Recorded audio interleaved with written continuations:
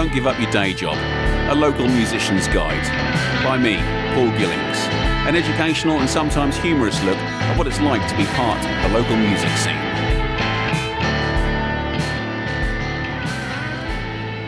Well, hello, and welcome to another episode of Don't Give Up Your Day Job. And I'm with some people today who might well have already given up their day jobs, but for completely different reasons, as having lived out their natural working lives and now started a second career in music, or otherwise. They'll correct me in a moment. But going around the room to my left, I have Mr. Tony Graham. Hello, Tony. Good morning, how you doing? All right, mate, nice to see you again. Thanks for coming over. And the mysterious Mr. H, he shall be known as. Is it all right to call you H? You certainly can. Thank Good morning you. to you. Nice to see you. Thanks for coming over. It's such short notice as well. 9:20 he called me this morning. We're now at 10:30. Last minute Marshall. And back for more punishment is the dulcet and mumbling Danny R. How are you, buddy? No, very well, thanks. You don't have to actually mumble. Having a mumble. It's really fine. But yeah, thanks for coming along, everybody. So we're going to hopefully be talking about what it's like and how to run and what to do with a local event. Specifically, I'd like to talk to Tony about the open mic and why we're talking to Tony about that, and we'll find it in a minute, and talk to H about running local events. So to find out why I need to talk to you guys about that, if Tony, could you tell us what it is you've been doing musically lately, and how we know each other as well, please? Well, obviously we played in a band together for a few years. Must be 25 years ago now. Yeah. That was Barrel of Monkeys, and Bloody hell. That even got to going to festivals and stuff, didn't it? So that was quite good fun. But right at the moment, I'm doing 2 open mics, one in the Oddfellows in Galston and one in Bar 1.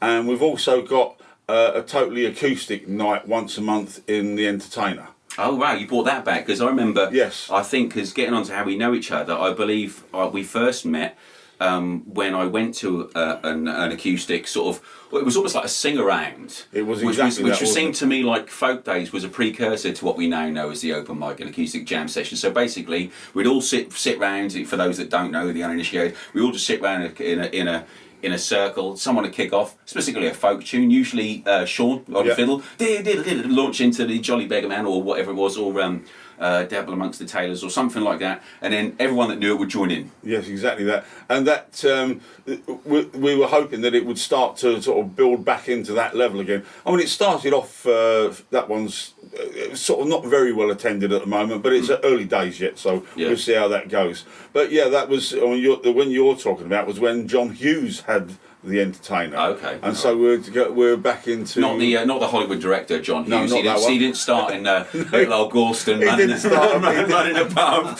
and then decided, no, damn this, I'm off to run big Hollywood teenage movies. I'm going to Hollywood. Yeah. That wasn't him at all. No, John was the drummer in the band that was in various guises with Phil Harvey and Mick Burrows. Okay. And they last last version I think was called Gasoline and Matches. All right. Excellent. Sounds like blues band. Yes, I was going to say sounds like a blues band. I vaguely remember Mick, acoustic guitarist, big frizzy hair, used to play down what was the pub at the end of Broad Row? Mitre. The Mitre. Yes, because I had a flat just round the corner for there, and there was he used to play in there quite a bit, didn't he? They used to have the blues nights in the Lady Haven. The Lady Haven, yes, had a good blues jam session in there as well. Awesome. Okay. But all these people all sort of know each other, and they all mill about in these events, don't they? So yeah. But the 2 open mics that we're running, they are with a PA fully plugged in. Everything. So I wanted to get onto that in a bit. You supply the PA and stuff like that. So Yes. that'll be another thing. So I want to get on to asking you in a bit about if anyone out there wanted to start running around one, what they got to. But you also you're in a band. You're an accomplished musician. You play about 20 odd instruments. You've got a mandolin. There's nothing you can't play. I've seen you do it all. I've seen you on drums. No. You don't want me on drums. Rubbish drummer. So what is it musically you're doing then, band-wise? Yeah, well, band-wise, this is go out as either a duo or a 4-piece band called Percy's Pearls. Cool. And Steve Mead, who is the songwriter, It's all his original material. Fantastic. So you throw the odd covers. If it's a pub gig, somebody wants something thrown in there, we'll do the odd cover here and there. Yeah. But essentially, the whole reason for the band is as a vehicle for Steve's music, and he's got some.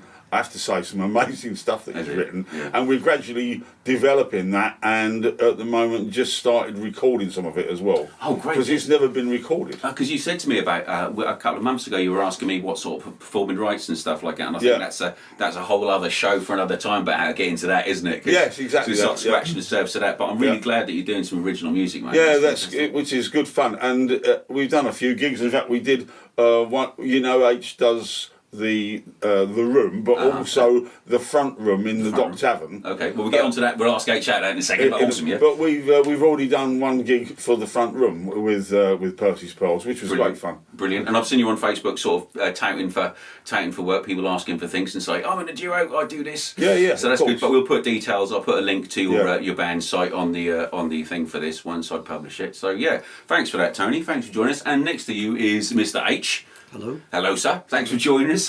What is it you do on the local music scene, my man, for the listeners out there, and how do we know each other? In a nutshell, I promote local and predominantly live music. Great. That's my passion and original stuff. I've been doing that for 15 years through my events called The Room. You and I know each other probably from The Room.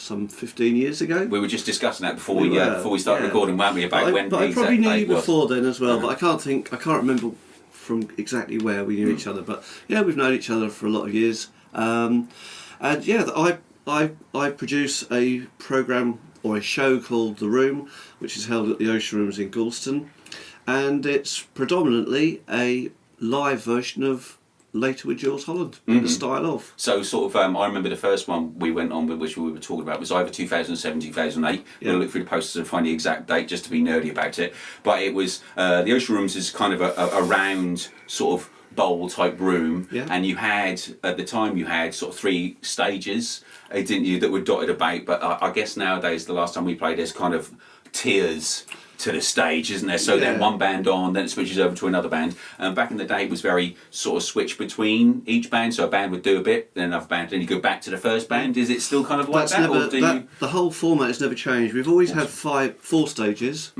and then we've moved to 5. We put a stage right in the middle of the Ocean Rooms, which is a bit of a nightmare to put microphones and everything like that. Nice and intimate anyway. But we've now got a slightly different format, but yes, it's exactly the same format in as much as we have 5 stages, 5 acts. 4 of those acts have to be original artists, and then my house band, the H Gang, they provide covers through the night, and it's a 3.5, 4 hour show. Wow. Packed from 8:12 precisely through till around 12 midnight. I love it. Look, the start is absolutely spot on, but the end is like whenever everyone's buggered off, drunk enough. Well, it is, and it runs. It runs like, considering what we do, it runs like clockwork. Generally, after 3.5 hours, we're not much more than 2 or 3 minutes off schedule. Wow, that's amazing. And the biggest problem is trying to find the musicians in the breaks between their sets, because some of them might have an hour, and you've either got to go and find them at the bar where they're trashed, or you've got to go running outside to find them where they've now gone out for a smoke, because you have to go outside for a smoke now. And so that's the hardest part of the night, finding people, finding other musicians. Yeah. And I want to go on to a bit about the pitfalls of stuff like that, and one of them would be, I guess, and I want to talk to Tony in a bit about open mic etiquette as far as musicians are concerned as well. So you have the room, which is the big room, and then you have the front room as well, which is in another venue, smaller venue, the pub. The Dock Tavern, Outside of the room, I also organise all the music for the Dock Tavern, which means between us, Tony and I basically we more or less cover the whole of Gorton for music. both venues. Both of them. Well, No, actually, no, Tony there's has bar 3, one, I there's have one. 1. I should have to get another one. So you are basically the main majority of the Galston, which is the next town over from us. That particular music scene, Yeah. and the room's really successful. You know, it's got absolutely massive. And I've seen you like the day after a few of the events, the ones that I haven't been at or attended, and it's a busy draining. night, isn't it? It's draining. It's draining. I mean, just to go back to go. the pub. Obviously, I book for the pub in general. They're normal, but I also have a night there or a Sunday afternoon called the Front Room. It's a follow-on from the Room in a smaller venue, thus called the Front Room, and it's where an original act might play at the Room, but they only get to do 8 songs, 7 or 8 songs. So if I put them on at the Room, it's a bit more intimate, and they can play a full set, or they can play a complete set, or much more. And occasionally there might be a cover band that I would really love to have at the Room, but I can't because that's my house band. So I'll put them on at the Room, at the Front Room, and people will come to it. Likewise, I'll come to original stuff at the pub, which wouldn't normally attract people. Okay. But because it bounces off the back of the Room, it knows it has a quality and a certain stature. Okay, so that's what I was going to ask. How does one get a slot in either of those places then? Do you seek these bands out? Are you constantly on the look, going to other venues for those kind of people and bands, or do they contact you? Is it a combination? I have to go out and do some extensive drinking in pubs on a regular basis to find the... It's a dirty job, but someone's got to do it, haven't they? Fortunately, there is a phenomenally good music scene around this area, and you get to know, and when I say this area I'm talking about Yarmouth, Galston, Lowestoft, Norwich and place, so you get to know all the musicians, you get to know people, and you find bands. So I go to Norwich to see bands, I might see someone there that takes my fancy.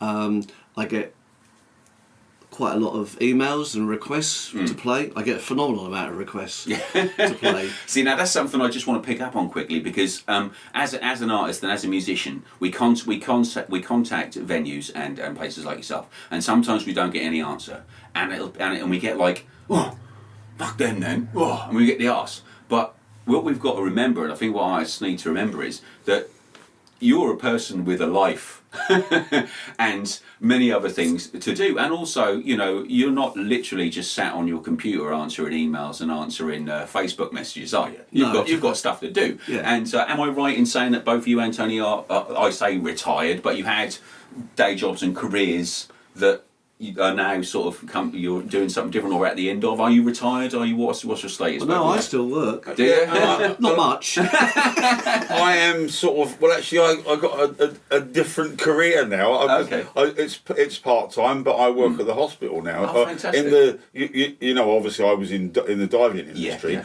Well, in the hospital, you've got a decompression chamber in there, Right. and I'm one of the hyperbaric supervisors, so I go and run Amazing. that now and again. Fantastic. And that about yourself, Ace, you still, because you were in publishing, weren't you? With Well, the I've same done sort all of game I've as me? always worked in design of some description, so yeah, worked as an architect. Used to build oil rigs, the interior of oil rigs. Not with your bare hands, but you obviously. No, drawing and that sort of thing. So I've always worked in design, and I still work as an architectural designer. But I also still do a little bit of design. Graphic design, and then I do my music events. That's part of my business. Well, this is what I think artists need to remember when they get the frustration of, harumph, you know, I've contacted them and they've not get back to me, and I'm fabulous and they haven't put me on their bill just yet. Is that you're real people with real lives. Yeah. And you know, it's not because the musician is rubbish. It's just because lives are full and stuff goes on. You know. I would generally reply. I mean, I get quite a few. In some respects, it's fairly simple for me, because my first stock answer when I get contacted is, do you do original music or covers? Right. And the bulk of bands come back and say, I do covers. Yeah. So I'll stop them there and say, I'm sorry, but the room night is originals only. And that's brave. That's really brave, because any landlord out there would tell you, like, oh, you know, and Yeah, it's got to be covers. It's got to be a covers band. But what you're doing is not necessarily, you know, an average night in a pub like they used to be. And I think that's a brave step. What made you want to take that? What, for the main room night? Yeah. It sort of came about.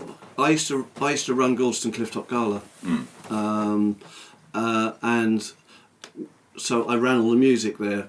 Which was an outdoor festival along Outdoor our festival, local seafront. Massive Ran festival. over the full day or 2 days, was it? It started off as a day when we started doing it, and then we took it into 2 days.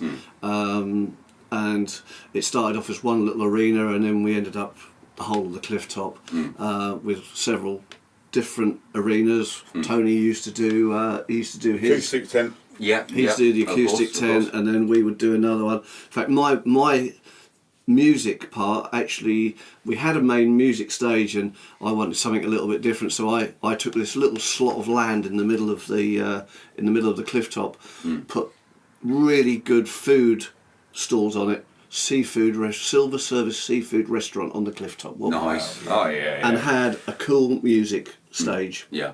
It was my place to go and hide for the day as well, because I get so much. When was this, guys? Because I didn't get to Before your time, young man. Before your time. Yeah, this I can't even remember when it was. Somewhere between 95 and 2008, somewhere around. So that kind of period. And I kind of got on the idea of the Jules Holland thing. I wanted to do it, and the first time I'd done something very similar to it, I was again involved with Reed and Folk Festival, and 2001 I think it was. A friend and I went along and we filmed it. We shot video, and we produced, or my friend Bob produced, a video of the festival. So I said, well, what we'll have to do, we'll have to have a launch night of it. So we had the Reed and Folk Festival royal premiere, without any royals, a premiere evening, and we invited everybody to come to the Cliff Hotel. Yeah. And the thing was, you had to come in a DJ, an evening gown. It was totally opposite to the festival. So you're creating a buzz, you're creating a scene, you're sort of making a... And what we did, within that, I set 4 acts up in a round. Right. And that was the first time I'd done it. The first time you did the room. Okay. And once I'd done that, I thought, well, that worked really well. And then I was looking for somewhere to do it. The Ocean Rooms was the obvious answer. And I just happened to bump into Russell Edwards, who owned the Ocean Rooms at the time. And he said, how'd you fancy putting a Thursday night rock show on? And I said, no. Not my thing at all, but this is what I want to do. Right, okay. So so from that moment that formed into a little vision. Yeah. That you were fairly clear on. So when this guy said, "Do you want to do that?" you said, "No, I've got my idea." Yeah, I've got my idea. This is what I want to do, and it has to be a Friday or a Saturday night. You're not just going to get people out on a Thursday. Do you think he wanted a Thursday because Thursday's a quiet night and maybe get people in? Is that what these venues? Yeah, but you can't blame him. No, absolutely not. No, you can't blame him. He's running a venue. In the same way, I have no snobbery about cover bands and why pubs will only have cover bands. They're trying to make a living. Absolutely. Bums on seats. Yeah, it's bums on seats, and without that you won't have other things. For sure. Most kids will start off being in a cover band and then might move on to doing originals. Well, this is it. So it's a platform, isn't it? Danny and I were talking about that, about being in a band. Sometimes you would be an all covers band and then slip the odd original in to see if the landlord noticed, to see if the crowd noticed. So someone said, "Oh, well, I didn't recognise that 4th song in. What was that? Oh, that was one of ours." Yeah.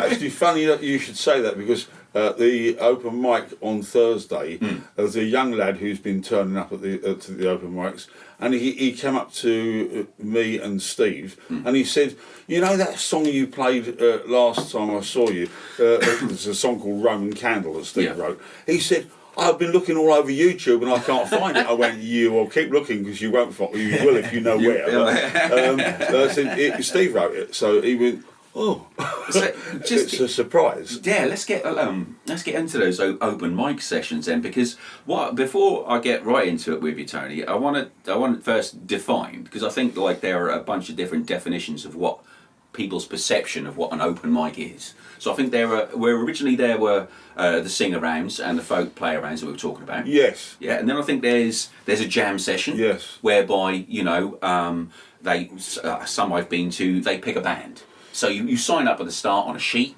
And then they pick out a drummer, a bass player, a guitarist out of those things. They make a band, and like one I've been to, the Norfolk Blues Society one over in Norwich, they say, okay, we'll have Paul on harmonica, we'll have John on guitar, we'll have so-and-so on bass. And then there's like an acoustic or an open mic night, which you run, which is kind of free. Kind of people come up to you and say, with a guitar or whatever, can I do a couple of songs? Yes. And then a couple of bods join in? Yeah, I mean, that's generally what starts out is somebody comes along and says that they want to have a play, and depending on the numbers that you get there, quite frequently you give them 3 songs each and go round the room, and if there's more time you go round it, you can go round again. Yeah. Some people do it as 15-minute slots, so you get up and do your slot.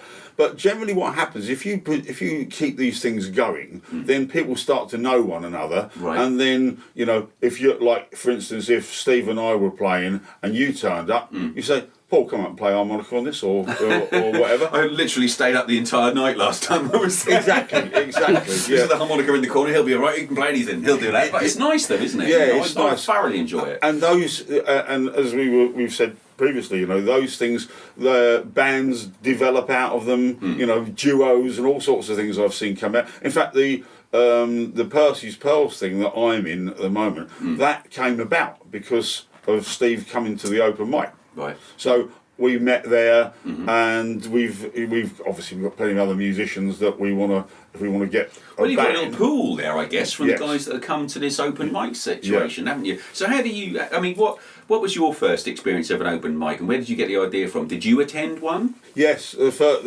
how it started. I went to one myself, and.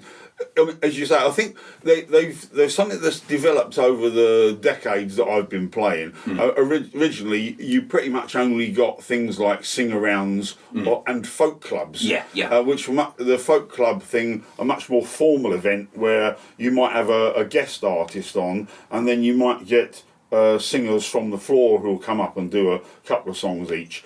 But then, as we went through into the 80s and 90s, a lot more places were starting to do the open mic format, and part of it, I think, came out of comedy. Oh, really? Yeah, because comedy clubs were doing open mics where if you were starting out as either a musician or a comedian, and you haven't got a full evening's worth of material, if you want to develop your material, you go to an open mic, do a 15-minute slot. And then you go, oh yeah, that worked, or no, that That's a good one for cutting your teeth, testing what works. Fell on its arse completely, So you start to develop those things, and I think that's where the popularity of the open mic thing started. And generally, what happens is that whoever's running it provides the PA. So obviously you get a deal with the landlord that you'll provide the PA for whatever you're going to get for it. So how do you talk a landlord into allowing you to run one of these things? Do you just pick a pub that you like, or you think that might do that? The things that we're running, the landlords have asked me. Oh wow, okay. So because I've done it in the past, and people know I've done it in the past, so they say, oh well, he knows how to do it, It comes down to being asked. And the Bar One thing, for instance, actually the pub got taken over just at the start of the lockdown. And so we didn't do anything for most of that year. It was pretty much dead, until things were allowed to start up again. But we'd done the open mic in there previously for the previous landlords, and then Daniel, who's got it now, he asked me if I would start it up again. So hence that's rolling. Cool. So as far as like let's talk about etiquette. So I'm a young musician.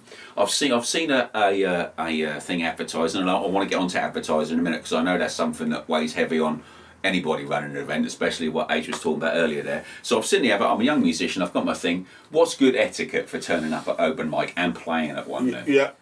bring your own guitar if you play, because a lot of people are going to borrow your guitar, and then some people are okay about it. No one's borrowing my mouth organs. Exactly. I think some people are quite precious about their guitar or their. Well, yeah, it's a lot of money. It's a lot. Well, yeah, it can be. Can't it? Can be a lot of money's worth. And so some people are not happy about lending their guitars. I usually take a guitar that I am prepared to lend to somebody if because if you might plug your guitar in and suddenly it doesn't work. Right, we've all had that, haven't we? Yeah, absolutely. Electroacoustics particularly. You plug them in.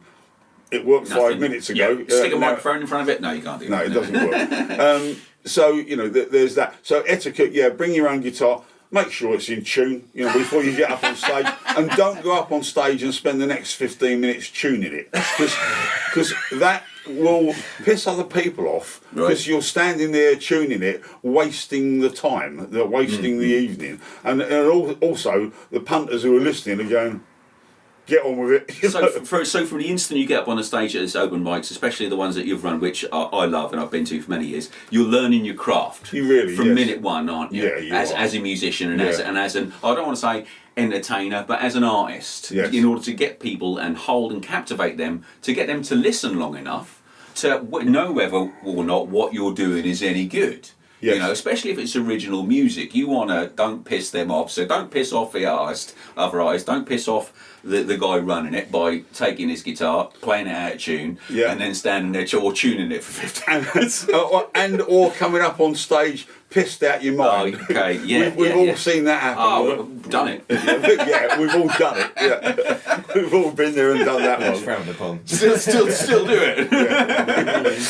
I don't think anybody's averse to anybody having a drink. It's in a pub. It's in a pub. The landlord wants you to come in there and buy a beer, doesn't he? So that's the whole. But there is nothing worse. You're absolutely right. For someone coming up and going, even at any gig, to be quite honest. I mean, I've had gigs. Mate, give us a go on your drums. Give us a go on the guitar. No, this is an open mic night. He played it. He had a go, and it's kind of tough to deal with drunks in any situation, but particularly in that one whereby there does have to be some semblance of order. You're not running a fascist regime, but you're trying to make it fair so everyone gets a good go, right? Yeah, and that I think is when you say about having a fair go, that is quite a critical thing that will. Really piss people off. If you get up on stage and you're supposed to be doing 3 and you get up there and do 5 or 6 and you can't, the organisers trying to drag you off. Those who can't see my face is sneering now. Well, you get people who do the.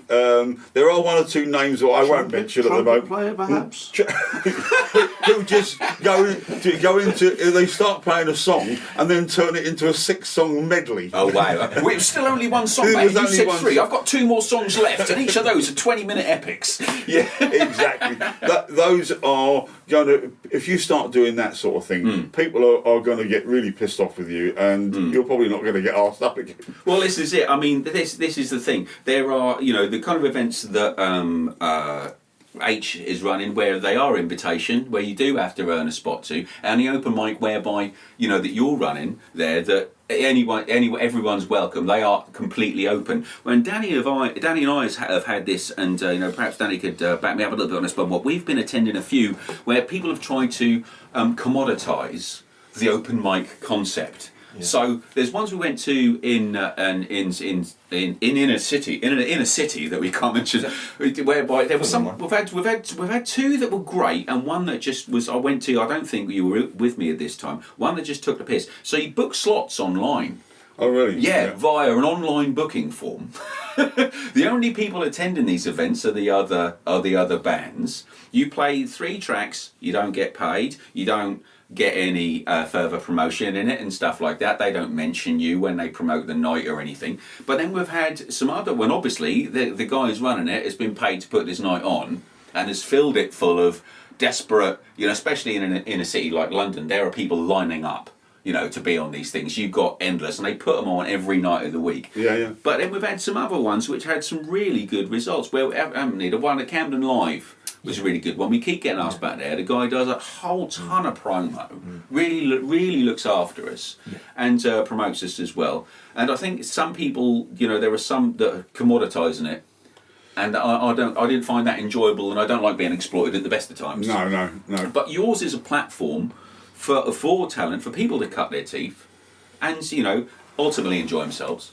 Yes. And also a platform. It's the absolute grassroots, and I don't like the term really. It's the grassroots of local music, isn't it? It is, yeah. And a lot of people have started on that route, and I will mention him now. Well, I wasn't going to say, but Tony does have a fairly famous son. Yeah, I mean, my son, as everybody in the room knows, is Rag and Bone Man, and I can remember him playing at somebody's open mic, and when you go to a lot of open mics, you hear a lot of people play, and the bar is a hubbub, and there's noise, and there's some people are listening, and some people are really not.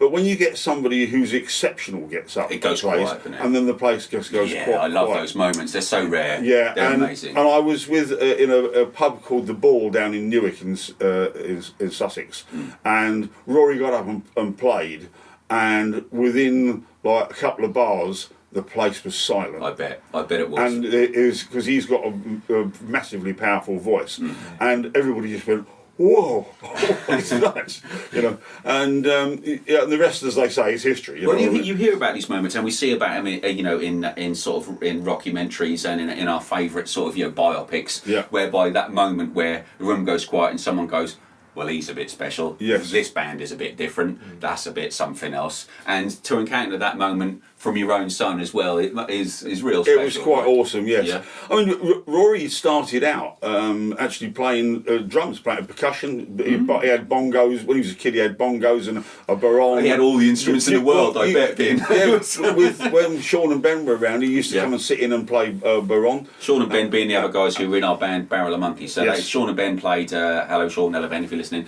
played fiddle and guitar, amazing folk musicians that were in a band with us back in the early days when we met at one of the sing-arounds, weren't Yeah, and so Rory started out doing that, but the first time I ever played with him properly in a band format, like rock band style thing, was at the old Ship, which is now an NHS walk-in centre or some such, in Great Yarmouth. I know that and Rory asked this guy George, this is a band. There was various people that were in the band or jamming along with the band, and Rory got up on drums, and I actually played saxophone. Well, I do want to say, but are you on the new album as well? Yes. Yeah, right. So a little acoustic guitar bit. Yeah, it was an acoustic guitar bit, and actually the last gig at that he did in Norwich, he got me up to play it live. What? That's incredible. And H, you had him as a guest at one of your rooms as well. I did, didn't you? yeah. We asked him to come along. Went to a festival with Tony that Rory was playing at. Asked him if he'd come and do it.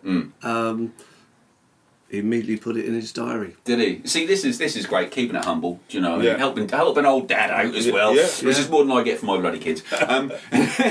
Strange enough, I was talking to George this week. Oh, were you? Yeah. And I spoke to Tim from Swagger. Yeah. I spoke to him yesterday. Tim Ainsley. Tim, he's the harmonica. Is he harmonica? No, I'm thinking of a different Tim. Sorry. So he's a local musician. He used to be introduced as Tim 15 Fingers Ainsley. Yeah, because he plays like he's got 15 fingers. He's coming to the front room at the dock during sometime in the summer, and George may be coming to do percussion for the H Gang at the next room. Oh wow. Amazing, getting the old band back together. Well, he doesn't really. He runs guitar workshops and through a charity thing now. He looks after his boy.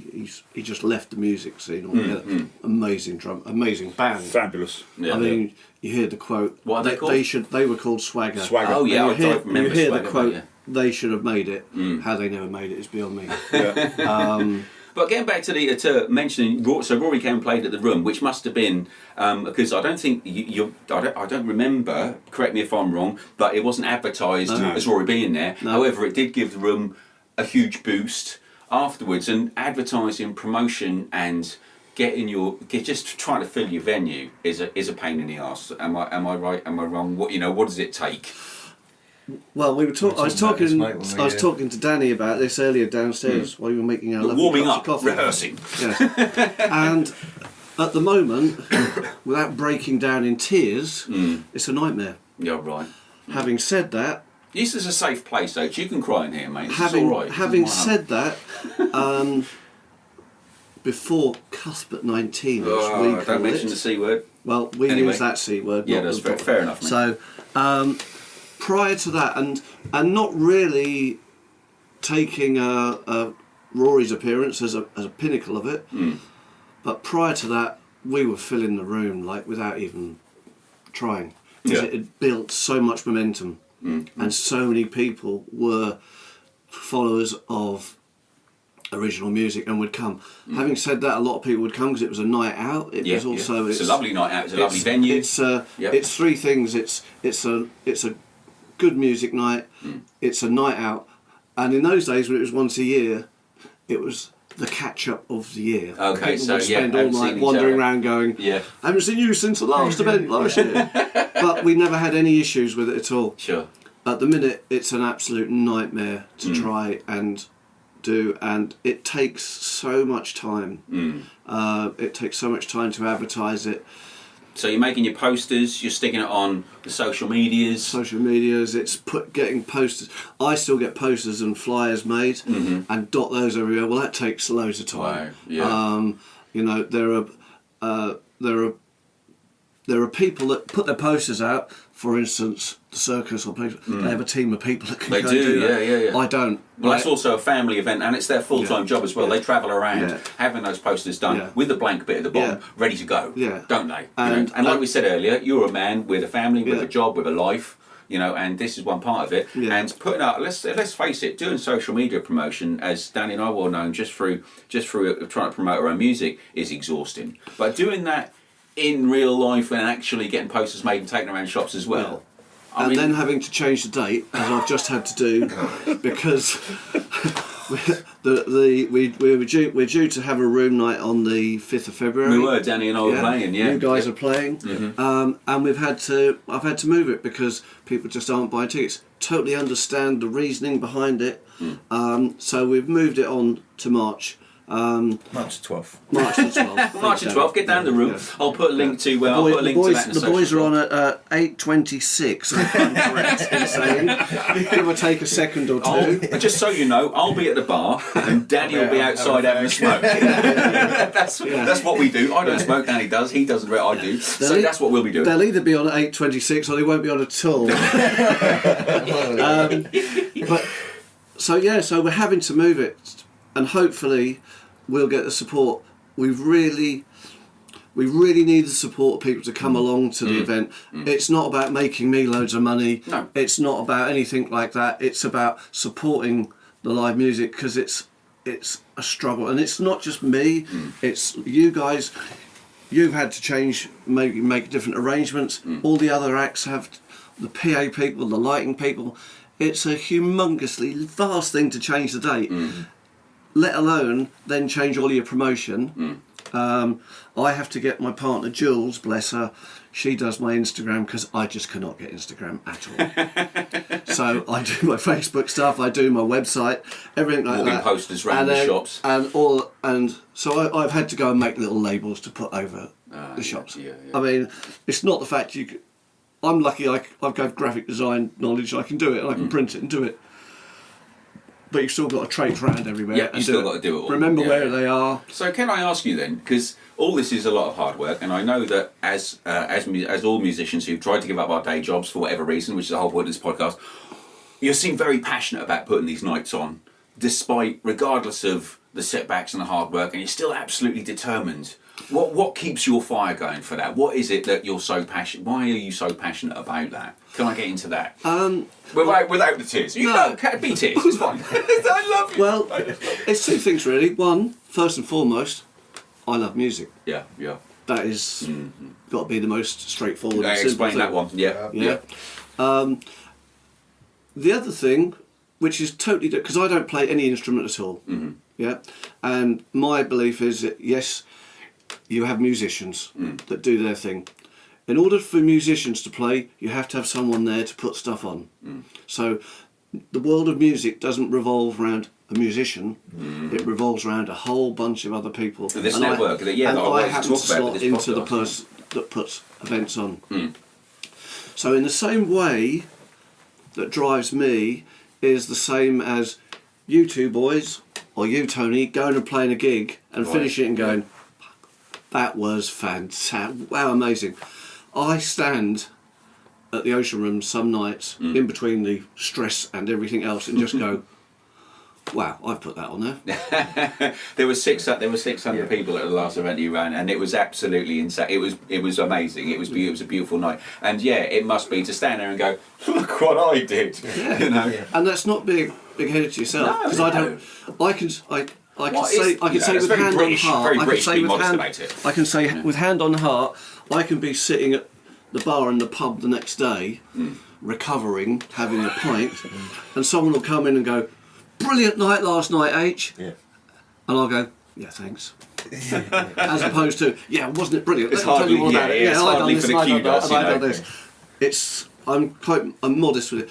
I will talk about the event, Friedland's, which is why I'm here today. I can talk forever and ever. And it's your passion. That's why. And when you're passionate about something, you want to share it with other people. It's not about self-promotion. It's not look at me. No. It's literally your job is look at these guys. Yeah. Listen to these guys, isn't it? Tony looks like I think there's not just the people like H who promote the thing, but I was talking to some of Rory's guys the last festival that I went to. Proper guys who have given up their day job. Yeah, who do it for a living. I mean, of course, they've had a terrible time during the lockdown. They've had a really appalling time. Yeah. But you find just the same amount of passion in the people who do the lights and do the sound. I mean, you see some of Rory's big festival gigs with a big light show. I mean, and it costs a lot of money to put that together. But the guys have got to get it all right, got to get the programming right, the lighting position and all. Yeah. And they're as equally as passionate about doing that stuff as we are about playing it. Well, it's funny you should say that, because there's a guy I know. He's one of the parents where my daughter goes to school, and our daughters hang out. And I was talking to him, and he drives lorries for Westlife. Really? And he's exactly the same. He's so proud of it. Yeah. And literally he'll drive for 30 hours straight across Europe, back in the day obviously, and I don't know where he's driving at the moment or what he's doing. Hopefully I'll get back to it. And he'll say, yeah, I just drove there, and he says, I just got to stand up in the lighting thing and watch the show. Yeah. He's so proud of it. Rory's tour bus driver, I was talking to him, he's like that, he's really yeah, this is great, because it's a lifestyle, isn't it? They're doing that. Rock and roll. Yeah, exactly. And the guy who drives the bus is equally as important as the band. They totally are. If they don't turn up at the right time, and this is what the gig don't happen, does it? And I think that is a fantastic point, because it gets right back down to that grassroots of walking into your open mic and remembering that evening is not entirely and completely all about you. Yeah. The ego you have to leave at the door. Everyone is as important. Your audience member, the bar staff, the guy running it, most importantly. Always make friends with the sound engineer. Well, sound engineers and IT guys I always try to make friends with, because them boys can fuck you up, can't they? Well, the thing with the room has evolved over its 15 years. And a few years ago, when I brought Seth and Simon in to do my lighting, they totally transformed it. Just those two guys transformed how the room looked.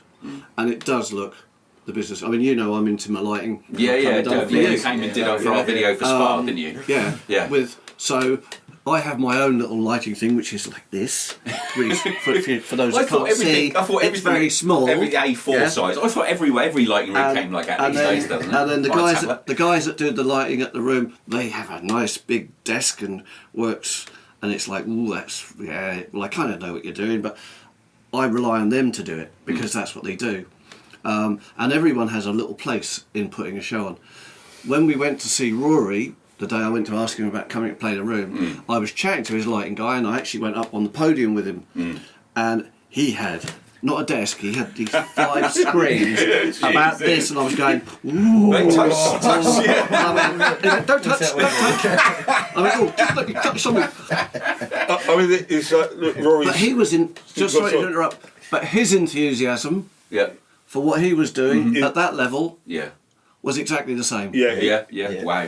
But I was talking with Rory's sound guys when I played that little acoustic piece in Norwich, and I was saying, about because acoustic guitar, a big room like that. And I said I've never used this in a big room, so I don't know what it feeds back like. Because like my Loudon, which is a very resonant top, and I thought, well, this could be a real buzz bomb here, But the guy comes out and he's got a big tablet which is nearly the size of your screen. My iMac, And he comes out this big, and he's standing beside me, talking to the guy on the desk, going a bit less 16K, a bit more this, a bit more less. Wow. And he went, yeah, that's got it. And how'd you do that? You gave me a great insight when we was talking before about that on-stage sound, especially at big venues, and I know this is off topic a little bit, but I did find it really insightful, is that on stage at those big venues, it's really quiet because it's all in-ear monitoring. Yeah. You not have those wedges that you put your foot on, that you want to put your foot on and stuff like that, and none of that. It's on stage was absolutely silent. They with Rory's rig, they tend to have much less. The sound on stage is actually very quiet compared to what it used to be. When you used to have a whole array of wedges, and very often the guitarist's amp behind plexiglass, be behind plexi, and so that you're not getting a big wash of sound across the stage, because that buggers up the mix. Well, this is it. On stage, there's nothing worse. You've got your guitarists, which we know are always loud, except for the lovely acoustic guitarist of Mr. Daniel, who's always perfect volume. But we haven't done the electric set just yet. It might completely change, but you're always too bloody loud, a lot of you. So so you've usually got this cab blasting across at leg level, and you can't hear the drummer and the bass player. It's like, well, thanks. Cheers. Exactly that. I always love that bit with guitarists, and I don't want to get into slating particular musicians too much, but there's a T-shirt that I put out there, and the dial is at 2, and it says sound check, and then the dial's at 5. It says live set, and then the solo it's at 10. No, that's it. We laugh, but it's neither of us disagree with that. or like secretly, like I've got a volume pedal. I thought that was a wah. He's quicking around with that. It's a bloody volume. Volume pedal, but I think with the big stages, the technology is such now that in fact, it's quite weird listening to it from side stage or backstage. I mean, the guys on the side, the last festival I went to, they got a main desk out the front, and then they got a side desk, and those guys were actually listening to it from studio monitors. Wow. Because the sound on stage is not what you're getting. It's not front of house mix. You can't hear it. I mean, I love that. I don't usually like technology for technology's sake, but I do think we need to embrace it when it's useful, and I'm really fascinated by the fact that not me and Rude, but you're not young guys, but both of you have embraced the technology on the promotion. I mean, your PA is beautiful. That Bose rig is gorgeous. Absolutely good. And then you talk about the lighting desks and stuff like that, and the system where you get guys in to do that. It's embracing the technology for the right reasons. Well, again, the sound we've got. The sound we've now got at the room, and that's progressed. I used like 3-4 engineers with their PAs, and the last few, I have to mention Mr. Paul Johnson, our friend. Always mention Mr. Johnson. I need to get him in for a chat. And you have to mention what I class as the best music event ever. Club Uniquity. That's why Danny and I are here, to be honest. That's part of the reason that I've stole so many bands from Club Uniquity to play the room. Well, we should get Mr. Johnson in if he'll have us. I mean, I know he's a busy man, but Again, it's the PA that he has, and we all feed into his PA. All the desks feed into the one PA, and it's not big, but it fills the room. It's the best sound and the best PA we've ever had in there, without a doubt. Yeah, I absolutely agree. Because for the people that don't know the Ocean, it's a big round nightclub, and there is a centre section, and then there is an outer ring, and trying to project into the outer ring is a nightmare. We normally put a separate PA in it, but of late, and it's where technology, the quality of what they're building nowadays. For this little QSC system he has, and it is, when I say little, it's probably still 12K. So QSC, is that the make model? The make, yeah. But it's 2 subs each side and 2 tops, But as those, opposed to a stack the size of a planet. Yeah. yeah, I mean, but that's I think the difference, isn't it, with the modern stuff, like that Bose column system of mine. I mean, one of the reasons I ever wanted one of those, the first time I ever saw somebody using one, he put it in the back of a Fiesta, and I thought. That's the PA, isn't it? That's the one. Put it in the back of the Fiesta. Bloody great PV twin 12s or whatever it is. For fuck's sake. I don't know if you remember with Barrow and Monkeys, we used to have those H&H cabinets. That Yeah, I do stood remember about those. Well, the band I was in originally was the harmonica band. Yeah. Our manager had a WEM system. Well, they were made by I've the still same got one. company, weren't they? They were beautiful, but my God, you needed an architect. The cabinets were like 5 feet high. And had 3 12-inch cones in them. I mean, and the wood they were made out of, it wasn't some 25 mil ply. Yeah. They were 25 mil ply, those things. Yeah. And metal bars across the front of the speakers as well. Wasn't it? It was a fortress. Yeah, you need 3 men and a boy to lift one, don't you, just to get it in the back of the car. We actually put them on stage when Little Red Kings played a couple of years ago. As props. We put them as props, Yeah. and it was the speaker, the double tuba 10, then with the flared horns on top. Oh, nice. And on top of those, this was just for look. Yeah. On each side, I had 2 HH MA100 amps, which have got the green glowing. yeah. The green Oh, glow. they're nice. I was And- going to say the WEM makes for a good aesthetic and it because it had the red and black. it just didn't looked. It just looked the nuts. Yeah. And because I sort of consider their music to be sort of a bit 70s. Yeah, It was all about. It was all about how it looked. Which, if you don't mind me just saying, it's another thing with the room. Yeah. Putting on a show. Put in the show, the backdrops, all the different things. I mean, when Bloodshake played there a few years ago, I spent 3 hours with PAP in the roof, rigging up a microphone to drop down in the middle of the stage. Oh, right. Like lasted- boxing kind of commentator kind of thing. That Yeah. lasted for 15 seconds. 3 hours to get 15 seconds of wow, Yeah. but it's one of the most talked about things about the room. And it's the fine details, man. And it is. The devil is in the detail. You And it believe, is yeah. the devil in the detail. And that goes back to as well about sometimes when you have the passion for it, it's not all about making money. No. It's you certainly need to cover your costs, but it's about making the best show you can possible. Because I think also young musicians there, and I think there's a point I want to pick up, because I think musicians, especially original musicians in general, get really paranoid about being exploited. Someone's out to put a show on, and someone's about to use my talent to get tickets, to get bums on seats. And the events that I've attended, and bit of yours, it's been very fair. It's always been a complete share of the tickets. And the last event Danny and I played there, they shared the thing amongst the individual artists. So the last band had 9 members. Equal split. Equal split. You know? So the thing is, what I want to touch on and see what your thoughts are is that.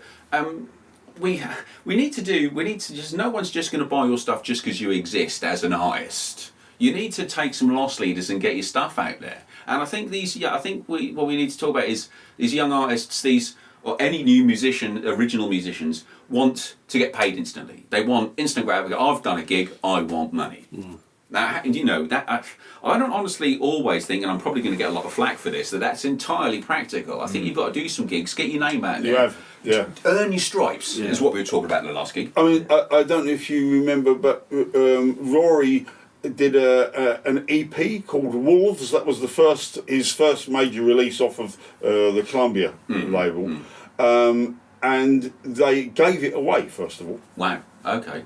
Blimey. They gave it away. You could get it either as a CD or you could get it as a download. Right. And they gave it away. Wow, so they invested that money, invested that time to say, we believe in this guy. And I guess these artists have got to believe in themselves. I guess if you keep going back and there's no pay, so if, for example, we're talking about there's another band or another acoustic duo on the other side of the country listening to this, hopefully, going, there's a guy putting on a gig and he never wants to pay us. Well, don't keep going back. Do you think that might be the answer? What do you think to that age? Being as a man who puts on these events. I don't know. See, I've always been fair with people because when I contact a band that I want to play, or a band contacts me, but it's generally the other way round. It's generally I contact a band, and the first thing I will always say to them is, it's not a high-paying gig. You will get paid, but I can't guarantee you how much it'll be. If you're in it for the money, then this probably isn't the place for you to play. If you're in it for the music, then it's the place to play, because you'll be seen. And I don't really like the quote. You know, it's a showcase for you, blah blah blah. Right. But if you come to the room and play, there will be people who will see you and enjoy you that would probably never go to see you because they're very genre minded, and where the room is multi-genre.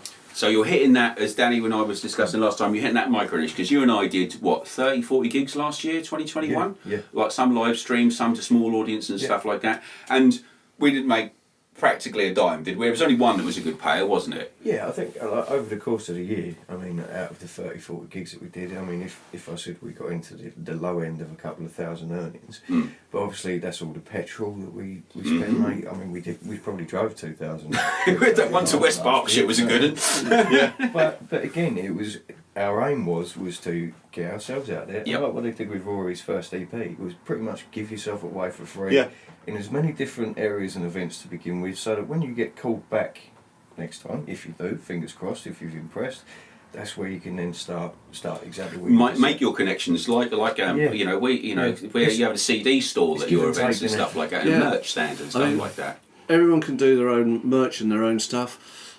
I try through the night, usually the early part of the night, because Guinness plays a part of the night. I will always promote the people and say, you can go to their Facebook page or their whatever page. It's all about promoting it. It's not just here they are and it goes to there. Because I kind of do the Jules Holland bit in the middle and talk, you've got to have something to talk about. So what are you going to talk about? You're going to talk about the bands that you've got on, and you're passionate about it because you've asked them to come and play.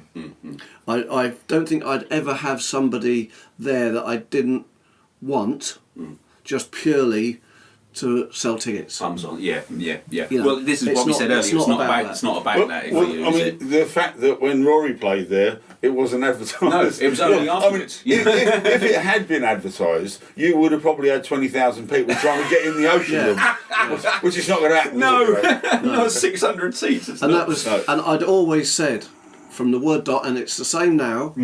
Yeah, if I ever got someone that was a big star, I wouldn't advertise it. And it's the same thing.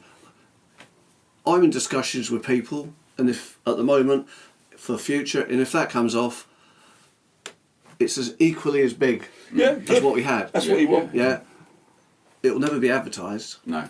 Well, at that point, I guess that's where the point whereby your events turn from, I guess, in the progression of open mics to front rooms to the rooms to then you're getting on to the festival, and then you're outgrowing your venue, aren't you? Then this is a monster that's kind of not out of control, but something that maybe you don't want, or maybe you don't want to handle it. We'll leave to somebody else to do. We'll leave to the latitude people of this world. And stuff like that, when you, I suppose, when you start to break into the bigger end time, like Rory did, he'd booked. It had been booked for probably a year. They booked the studio at the waterfront, the upstairs. Yeah, I do. Yeah. Well, because by the time that he actually got round to playing, it was too big for him. It was too big for him. And the people are clamouring for tickets, and of course you couldn't get tickets. So, those things are difficult, aren't they? Are they difficult to know what's going to happen like 12 months down the road? Oh, absolutely. And who knew we were going to get locked down? Well, there is that too. But as someone that wants to, so maybe someone's listening out there who wants to run an event, run a venue, do what you can manage, do what you feel passionate about, and do what you feel comfortable doing. If you advertise these things, like you say, you got 20,000 people, that's unmanageable. It's too much, isn't it? Yeah. Well, where ocean rooms. We might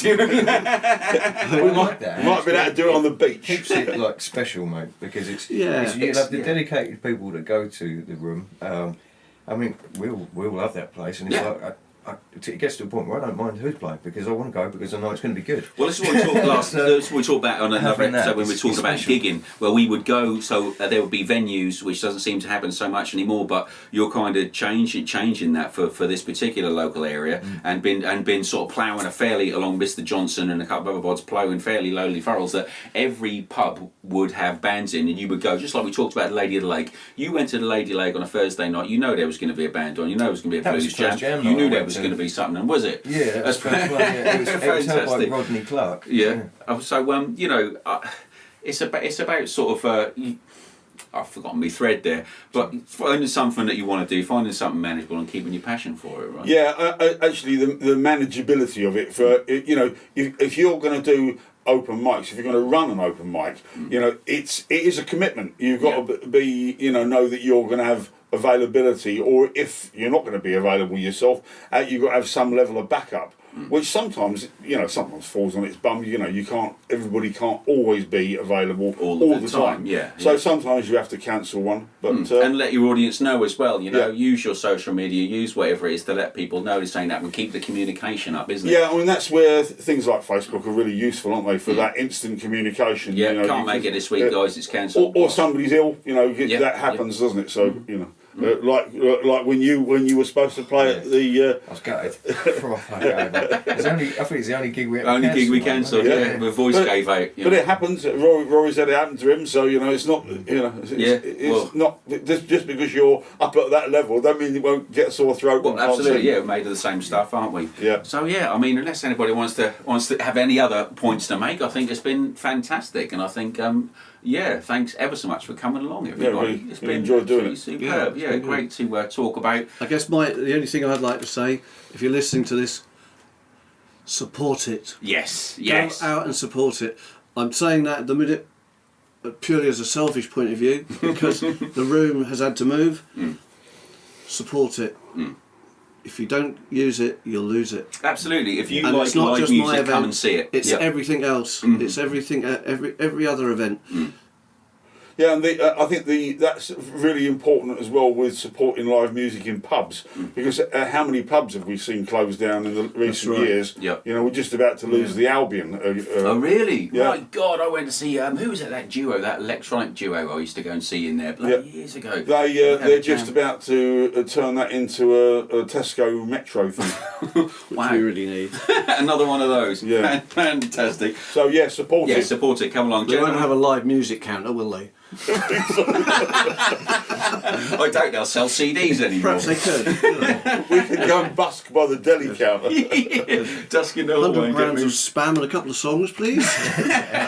That's the dream. Perhaps there's an Yeah, perhaps there is Spam a. and wham. That's Yeah. what there they're we doing, yes. Tony, H, Danny, thanks ever so much for coming Pleasure. and chatting with us. Thank you. And hope to see you again soon. Thanks ever so much.